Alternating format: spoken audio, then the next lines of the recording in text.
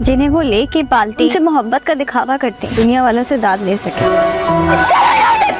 पता चला कि सबरीना से शादी कर ली तो उससे खुला ले ले और उसके साथ कर दो। उसे रिजर्व भी नहीं कर। कातिल आंसू बहाती रहो। ये झूठ है, इल्जाम है मुझ पर।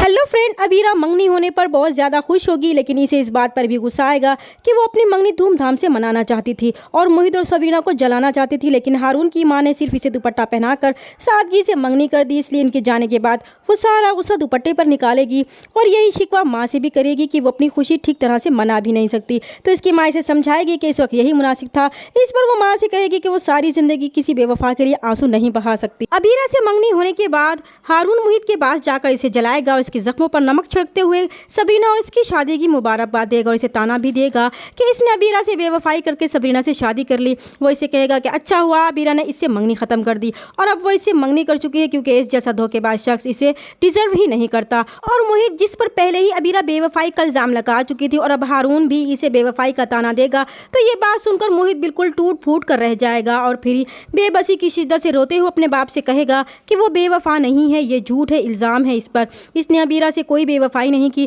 फिर इस पर बेवफाई का इल्ज़ाम क्यों लगाया जा रहा है। खुद पर लगे इस बेवफाई के इल्ज़ाम पर मोहित टूट फूट कर रह जाएगा और अपना सारा गुस्सा वो अपने कमरे की सारी चीज़ों को तोड़ते हुए निकालेगा, मगर फिर भी इसका गुस्सा कम नहीं होगा। मोहित और सबरीना का निकाह तो हो चुका था, लेकिन इनके दरमियान जो दोस्ती का रिश्ता था वो भी अब ख़त्म हो जाएगा। अब मोहित सबरीना से चिढ़ने लगेगा और इसे अपने करीब भी नहीं आने देगा। जब मोहित का केयर टेकर इसे वॉक कराने लाएगा तो सबरीना भी मोहित को संभालने आएगी, तो मोहित सबरीना को धक्का देकर पीछे हटा देगा कि वो इसे हाथ भी ना लगाए, इसे किसी के सहारे की ज़रूरत नहीं है। और सबरीना बेचारी हैरत से मोहित को देखती ही रह जाएगी। वो मोहित को इस रवैये के लिए कसूरवार नहीं ठहराएगी, क्योंकि वे इस हादसे का जिम्मेदार खुद को समझती है, इसलिए वो खामोश रहेगी। लेकिन जैसी अजियत मोहित सह रहा है, इसी अजियत से सबरीना भी गुजर रही होगी।